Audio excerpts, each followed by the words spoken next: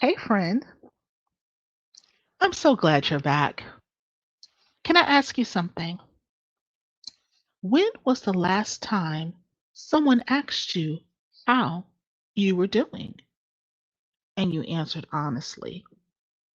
Not with, I'm good, not with, I'm just tired. I mean, honestly, because if you're anything like me, you've probably become used to being the one everyone depends on, that you've forgotten that what it feels to be cared for yourself. Today, I want to talk about something I think a lot of us carry but rarely admit: the cost of always being the strong one. Welcome back to Aligned and Unscripted. I'm Juanita Gaynor, and every week we're having honest conversations about faith, healing, purpose, entrepreneurship, and choosing alignment over performance. Now, let's dive in. I don't know when it happened. Maybe it happened slowly. Maybe people started coming to you because you always had the answers. Maybe you were the dependable one in your family, the responsible friend, the one who always showed up, the one who figured it out, the one who held everything together. And before you knew it, you stopped being, you know, you just stopped being. It was just something you did. It became who everyone expected you to be. Maybe you've heard things like, I knew I could count on you. I don't know what we would do without you. Girl, you so strong. Now, don't get me wrong. Those words usually come from a good place, but sometimes they become a prison. Because once people decide you're the strong one, they stop asking if you're okay. And you know why they stop asking if you're okay? Because they assume you'll figure it out. They assume that you don't need help. And after a while, you start believing that you don't need help either. Now, I want to be honest with you. There have been seasons in my own life where I carried responsibilities I never imagined I have. Balancing business, not businesses. Let me correct that. Multiple. Going back to school, walking through my own personal healing journey, showing up for people that I love, managing responsibilities that no one else can see. And from the outside, it probably looked like I was handling it all. But what people couldn't see was the weight, the emotional weight, the mental exhaustion, the constant decision making, the moments where I quietly asked God, can somebody carry me for a change? And maybe you've prayed that prayer too. But see, here's something that I've learned. I've learned that strength is a gift, but carrying everything by yourself isn't. See, somewhere along the way, many of us confuse strength with self sacrifice. We thought saying yes to everyone and everything made us loving. We thought that never asking for help made us mature.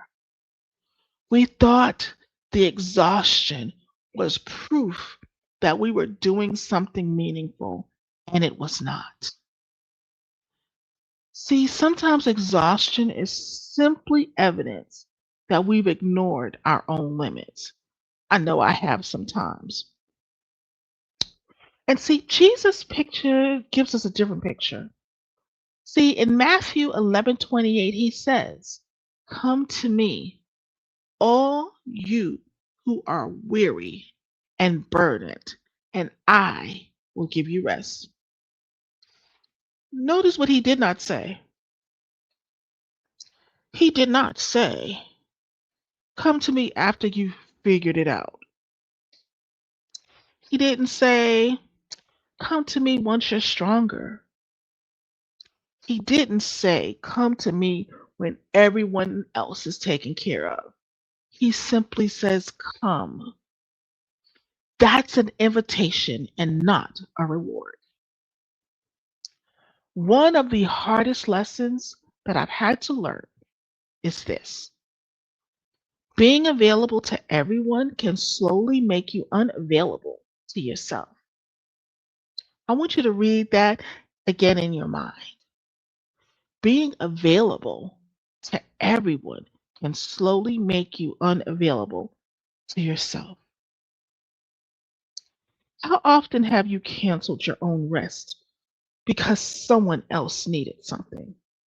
How often have you ignored your own voice, your own emotions, because someone else's crisis felt more important? How often have you convinced yourself that you'll take care of yourself later? But, friend, later has a way of never coming. See, I think many women have become experts at surviving, but surviving isn't the same as living. Survival says, just get through the day. Healing says, you deserve peace. Survival says, just keep pushing. Healing says, it's okay to pause. Survival says, you have to carry it all. But God says, my grace is sufficient for you. That's a completely different way of living. So honestly, can I ask you a question? Who takes care of the person everyone else depends on? Maybe your answer is nobody. And yes, that has been my answer. But if that's true, today can be the day that changes. Maybe asking for help isn't weakness. Maybe setting boundaries isn't selfish. Maybe saying not today doesn't make you a bad friend, leader, mother, caregiver, or entrepreneur. Maybe it makes you healthy. Before we close, I want to leave you with this one thought. People may admire your strength, but God cares about your soul. Don't depend so much time holding everyone else together that you fall apart in private. You matter too. Your healing matters. Your rest matters. Your peace matters. For this week, I want you to think on this reflection, and I want you to journal it down, and I want you to pray all about it. And it says, where have you confused being strong with carrying more than God ever asked you to carry? See, I want you to sit with that question. I want you to pray about it. I want you to journal about it. And if the answer is uncomfortable, that's okay. Healing often begins with honesty. So I want to thank you for spending these few moments with me. If today's conversation encouraged you, I want you to share it with someone who's always taking care of everyone else. They may need a reminder that strength isn't measured by how much we carry. It's measured by how we are willing to trust God with what we can't. So until next time, take a deep breath, set something down, and remember, you don't have to earn rest. It was always God's gift to you.